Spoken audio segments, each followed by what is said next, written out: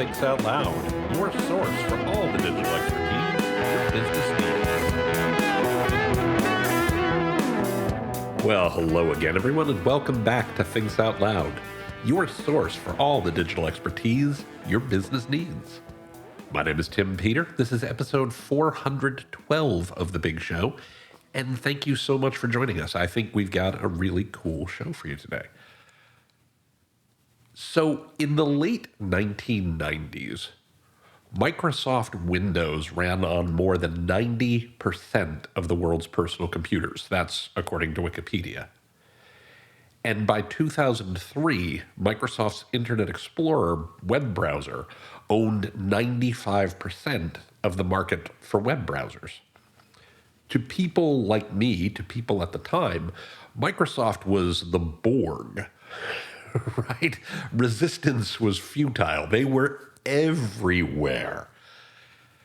And if you look today, despite the fact that Microsoft is doing some amazing things, and frankly, some of the coolest things they've ever done, they are nowhere near as dominant as they once were. Windows is still a major operating system. Edge is still a browser people use. Microsoft is an enormous part of big tech. They're also not inevitable in the way that they once were. You can live your entire life and never have to deal with Microsoft if you choose not to. A lot of people are choosing to work with Microsoft because they're doing some really cool things, but they're not inevitable. You have options out there. You have choices out there. And there's lots of reasons why this happened, but the biggest one by far was mobile. Microsoft missed the mobile moment. They tripped when it came to mobile because they didn't want to upset the status quo they enjoyed with the desktop or the browser. They were too afraid of hurting their core business to innovate in the ways that they probably should. And that's what I think is happening to Google right now. You know that every quarter I take a look at the big tech earnings to see what they tell us about the current state of digital. And that's what I see happening to Google right now. They're missing the AI moment in the same way that Microsoft missed the mobile moment. Now, I often talk about how Google might fail, particularly because so many of you depend on Google for so much of your traffic and so much of your business. I actually couldn't care less what happens to Google as a company. I care a lot about what happens to your business if Google goes away. And when I talk about how Google might fail, I might get a little hyperbolic sometimes. I don't mean to suggest that Google will go out of business.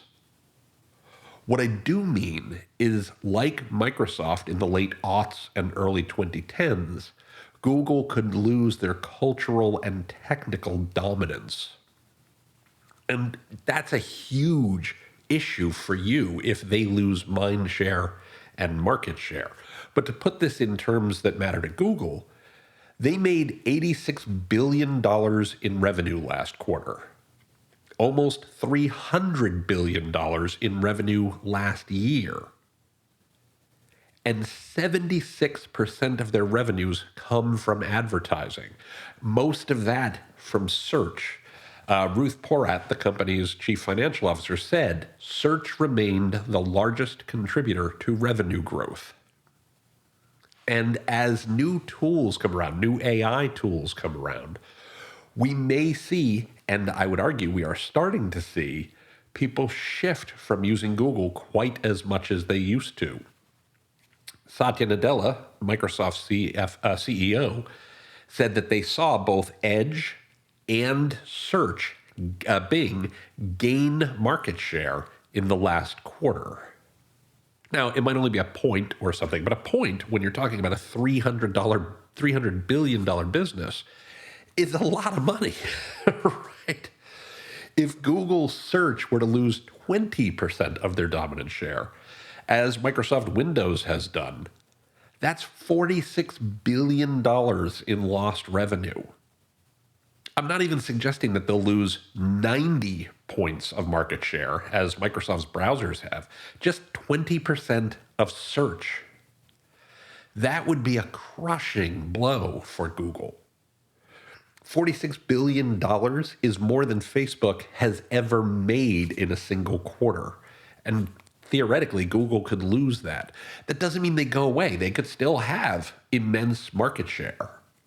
But if they went from 75% of the market to 55% of the market, that's massive. And it's what I feel like I'm seeing in big tech's quarterly earnings. Google lacks vision. I asked that as a question last year. There's an episode where I asked, does Google lack vision? Now I'm stating it outright. The difference in what each of the big tech firms talked about in terms of where their companies are going and where their companies are growing and where Google is talking about is night and day. I'm going to start with Microsoft. And I'm probably not going to talk too much about the money that everybody made. You can look this up easily enough, but they did great. In their comments, in their answers to questions, in their prepared remarks, Microsoft referenced artificial intelligence 117 times in an hour-long presentation. So that's, 2 a minute. Now, I want to be fair. About half of those were references to Copilot, which is their product strategy for how they're putting how they're putting AI into their various products. The other players have a more fragmented product strategy, and they're not talking about them in quite the same way Microsoft was. So it's tough to, compare apples to apples there. But Satya Nadella, as he often does, made the quote of the day where he said, we've moved from talking about AI to applying AI at scale. I talked about this in a podcast episode a few weeks ago. This is the next challenge for you as a marketer, for you as a business professional. It's about putting AI to work, whether it's in marketing, whether it's in sales, whether it's in operations. It's about putting AI to work. It's not enough to talk about it. You've got to apply it, and if you're Microsoft, apply it at scale. Nadella referred to this AI moment, just the whole idea, like mobile, that AI is the thing that we must all get our arms around today. And he laid out such a compelling vision for where the world is going. He said that their own research, as well as external studies, quote, show as much as a 70% improvement in productivity using generative AI for specific work tasks. And overall, early Copilot for Microsoft 365 users were 29% faster in a series of tasks like searching, writing, and summarizing. He went on to say that generative AI, is going to have a very, very foundational impact. And my favorite thing that he stated was he said the demand signal, the deployment signal, it's faster than anything else because it's easier, right? I mean, it sort of shows up in your apps. You click on it like any ribbon thing, and it becomes a daily habit. I'm quoting him at some length here. He said, in fact, it reminds me a little bit of sort of back in the day of PC adoption, right? It first starts off with a few people having access.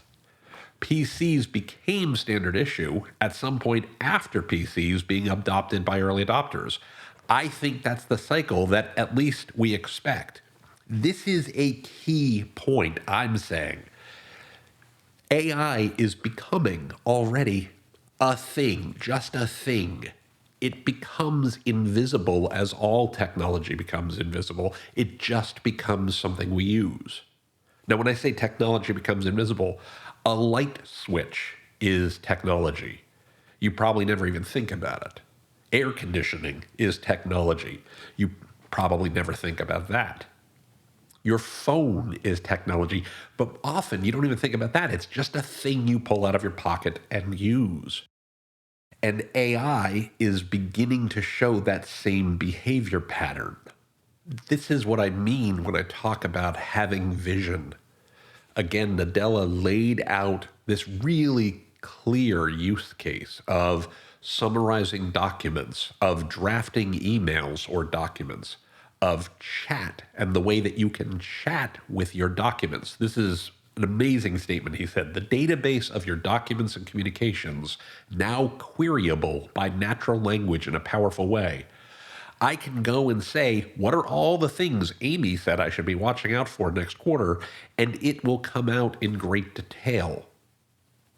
You'll see work and workflow change as people summarize faster, draft regulatory submissions faster, chat to get knowledge from your business.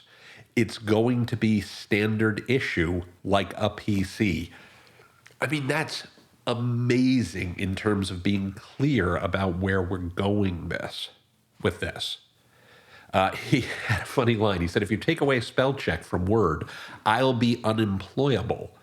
And similarly, it'll be like GitHub Copilot becomes core to anybody who is doing software development. It's not just tools. It's about productivity of your dev team. Now, obviously, Satya Nadella is talking about developers, but scale that to your marketing team, your finance team, your operations team, your legal team, and so on. That's a compelling portrait of where they think they're going, where they think we're all going.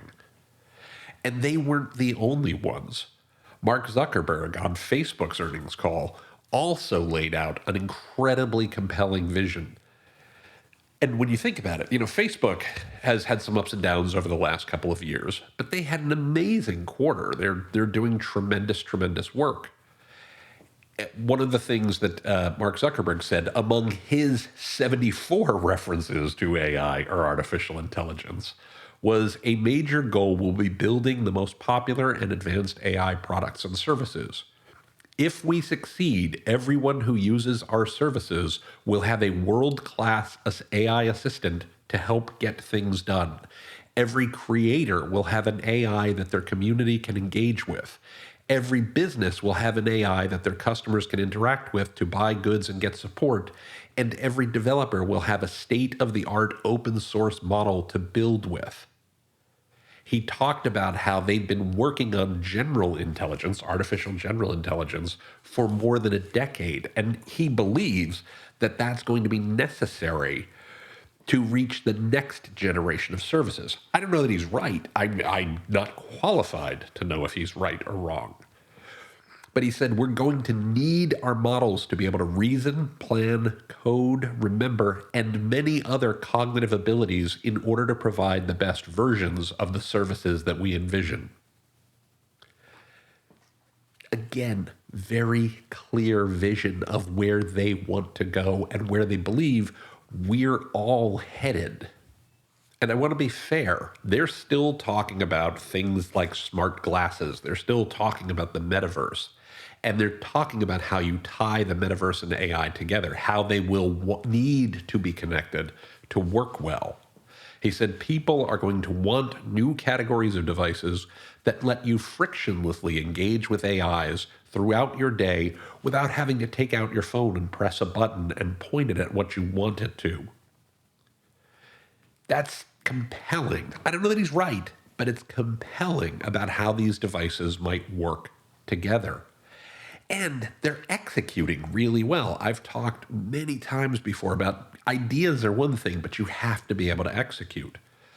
They launched Threads 7 months ago.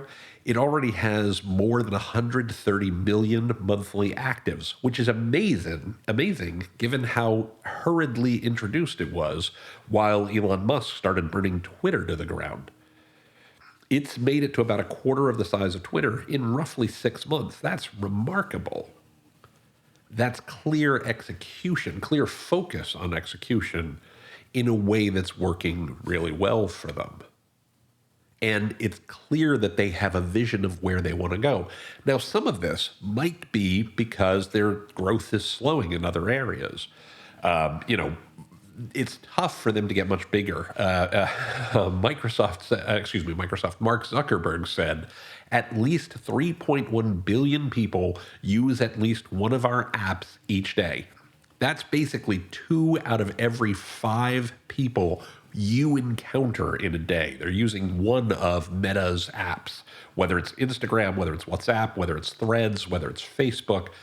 And they had said that they're going to stop reporting Facebook specific metrics, probably because its growth has slowed down enough that all the growth is coming somewhere else.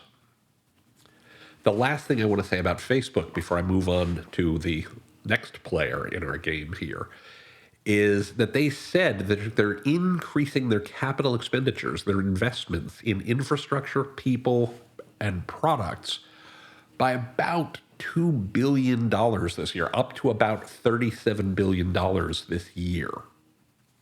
Now, we've heard a lot about tech layoffs in the last year, including in the last 6 months. That's true for many of the big tech players. They've been having layoffs all over the place. However, what I think we're seeing, since I started this episode talking about things back in the, aughts and late 90s and the like, is there was a term that used to get used a lot called right sizing, right? You weren't downsizing, you were right sizing. We're losing people in one area because we need people in another area. And if you look at most of the big tech companies, first of all, they still have way more employees, in many cases 50% more than they did at the beginning of the pandemic. Secondly, they are hiring. One of the things that Facebook's CFO talked about was that they've had a current hiring underrun, which is a fancy way of saying we need more people, especially those with technical skills. Facebook specifically has cut about 20,000 people in the last year, but that's after they almost doubled in the size between 2019 and 2022. They went from about 45,000 people in the company to 86,500. They're still at almost 65,000 folks, roughly 20,000 people larger than they were pre-pandemic. So for all the doom and gloom, and I want to be fair, it's unfortunate for the people who get laid off. It's terrible for the people getting laid off. They clearly are still hiring and bringing people in. They're just trying to be lean, not small. They're trying to invest in resources, in people, where they have the greatest opportunity for success, which they clearly see as AI and the metaverse. But again, it's a clear vision.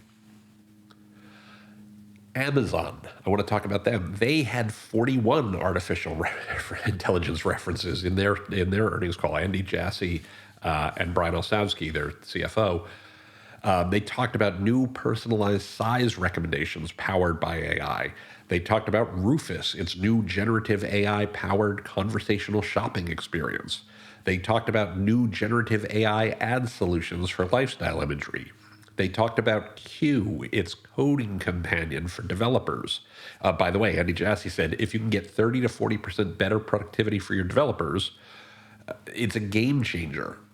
They talked about something called AVI, its automated vehicle inspection tool for Amazon delivery vans. They're investing in AI at every part of the value chain. And I cannot hesitate enough. I can't emphasize enough, talking about how, speaking of vision, Amazon increasingly looks like, by and large, if you remember Pixar's film WALL-E, by and large had everything. Amazon literally is the everything store. And I don't just mean in terms of things you can buy, but in terms of all of their various offerings.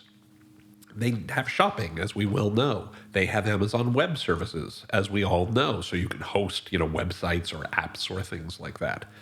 They have Amazon Prime Air for delivery. They've released 16 films and TV shows from their MGM subsidiary. They broadcast Thursday Night Football. They're now going to start selling cars in collaboration with Hyundai. They've got a new healthcare division that they're doing. They've got satellites through its Project Kuiper subsidiary. They design their own computing chips, though, to be fair, that's pretty much true across all of the big tech companies. But Amazon's customers include Anthropic, Airbnb, Qualtrics, Ricoh, Snap. They really are the everything store. And when you talk about vision, one of the most remarkable statements from Andy Jassy was when he said about their investments in something called One Medical, or their partnership with something called One Medical. He said, I think that the healthcare experience, particularly in the US, is a pretty frustrating one, not a very good one. I'm skipping a bit here, but he says, when we tell our grandkids that the way you used to have to go get primary care was to make an appointment 3 weeks in advance and then drive 20 minutes to the doctor, park, wait in the reception for 15 minutes, get put in an exam room for 15 minutes, doctor comes in, talks to you for 5 to 10 minutes, and then you've got to drive 20 minutes to the pharmacy, our grandkids will not believe that that was the experience. And it's not going to be. Again, vision, and they see themselves powering this.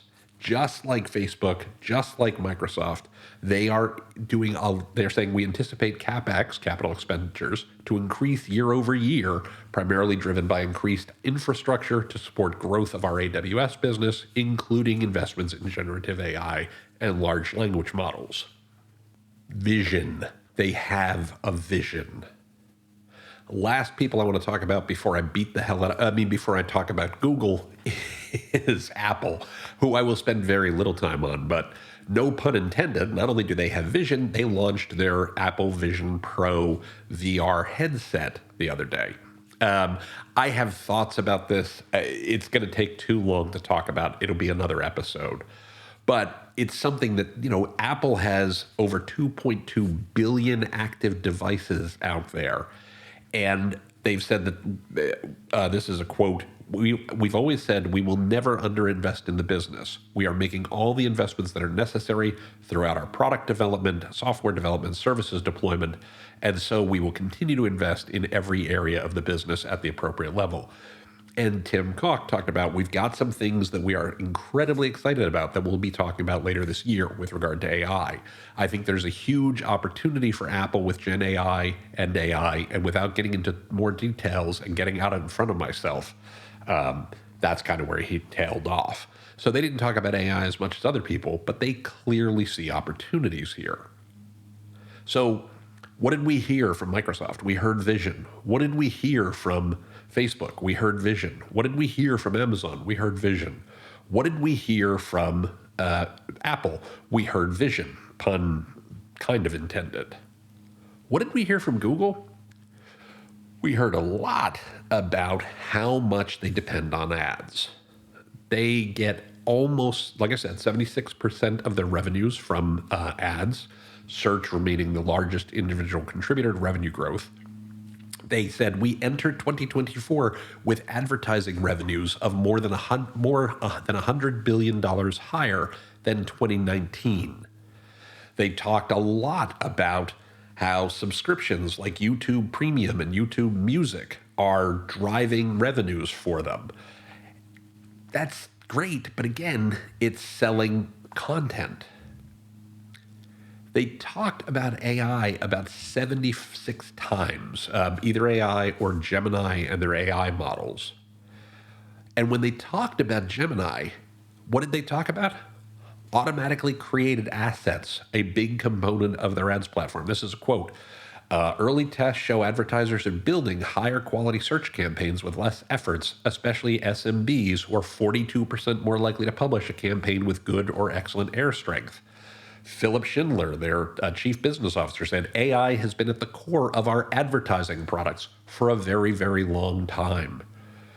They talked about we are surfacing more links within search generative experience and linking to a wider range of sources on the results page, and will continue to prioritize approaches that add value for our users and send valuable traffic to publishers. Ads will continue to play an important role in the new search experience and will continue to experiment with new formats native to SGE. What? That's their vision. Their vision is more ads. That's it. That's all they talked about. And I feel bad because they talk a little bit about what they're doing for developers and they talk a little bit about the challenges that they have with search, which I agree with. Search is a hard problem. I've not built anything to the scale that Google has, obviously. Obviously. That's like the understatement of the decade. You should roast me for that one. But I've built search engines. They're hard. One of the remarkable quotes from Sundar Pichai was he said, one of the things I think people underestimate about search is the breadth of search, the amount of queries we see constantly on a new day, which we haven't seen before. If you think about the scale problems that Google has to solve for, that's crazy. There are roughly 6 million searches every minute, roughly 8.5 billion searches every day. That's nuts. If even 1% of that 6 million searches per minute are brand new, that's 60,000 new searches every minute, 3.6 million brand new searches every hour, 86.5 million brand new searches every day, and almost 605 million brand new searches every week. And they got to work hard to figure out how to put ads alongside them. Oh, wait. Right? I'm not the only one criticizing them here. You probably saw one of their software engineers a couple weeks ago wrote a lengthy piece on LinkedIn savaging the leaders, saying they don't have a visionary leader within the company. I wrote that, or I said that in a podcast 3 months ago. She just came out and stated it as cold, hard fact. And to bring us back to where I started this episode, that's a huge problem, not just for Google, but for you, because that's how Google will lose market share. If they keep putting their emphasis on how do we create more ads and how do we put ads alongside the things that people search for, and not into how do we make a better search product? How do we message that product better? How do we come up with a coherent product strategy rather than Gemini and Bard and Gemini Ultra and all of these other different things that they've got out there that are too confusing. Nexus, just an amazing number of tools that aren't clear to people, as opposed to Microsoft with Copilot. Period. Bing Copilot, sure. Edge Copilot, sure. 365 Copilot, sure. But it's always Copilot. That's a clear vision, and Google flat out isn't showing it yet. And to go back to the beginning, the reason I care, the reason that it matters so much is because you get a lot of your business from Google, if you're like most businesses out there. And so you need to be thinking today about, what do I do if Google drops by 10 points? What do I do if Google drops by 20 points? How do I ensure that the way I get my customers isn't just by buying more ads on Google? Because that's not a winning strategy. That's not winning for you in the long run. And then it won't be Google's lack of vision that'll be a problem. It'll be your own. Google today might feel like Microsoft did 20 years ago, where resistance is futile. You're dominant. They're dominant. You don't have a choice. But you have a lot of choices. And what their vision or lack thereof should show you is that it's time for you to make those choices, especially how do you get more business from people who aren't Google. Now, looking at the clock on the wall, we are out of time for this week. I want to remind you again that you can find the show notes for this episode, as well as an archive of all past episodes, by going to timpeter.com/podcast. Again, that's timpeter.com/podcast. Just look for episode 412. Don't forget that you can click on the subscribe link in any of the episodes that you find to have Things Out Loud delivered to your favorite podcatcher every single week. You can also find Things Out Loud on Apple Podcasts, Google Podcasts, Spotify, anywhere fine podcasts are found. I would also very much appreciate it if you could provide a positive rating or review for the show whenever you use one of those services. If you like what you hear on Things Out Loud, if you enjoy what we talk about, if you like being part of the community that we're building here, please give us a positive rating or review. Reviews help other listeners find the podcast. Reviews help other listeners understand what Thinks Out Loud is all about. They help to build our community, and they mean the world to me. So thank you so much for doing that. I very, very much appreciate it. You can also find Thinks Out Loud on LinkedIn by going to linkedin.com/Tim Peter and Associates. You can find me on Twitter or X or whatever you want to call it this week by using the Twitter handle @TCPeter. And of course, you can email me by sending an email to podcast@timpeter.com. Again, that's podcast@timpeter.com. Finally, and I know I say this every week, I do want you to know how thrilled I am that you listen to what we do here. It means so much to me. You are the reason we do this. You're the reason we make Thinks Out Loud happen. So please keep your messages coming. Keep coming on LinkedIn, on email, on Twitter. I love getting a chance to talk with you, to hear what's going on in your world, and to learn how we can do a better job building the types of content and community and information and insights that work for you and work for your business. So with all of that said, I hope you have a fantastic rest of your day. I hope you have a wonderful week ahead, and I will look forward to speaking with you here on Thinks Out Loud next time. Until then, please be well, be safe, and as ever, take care, everybody.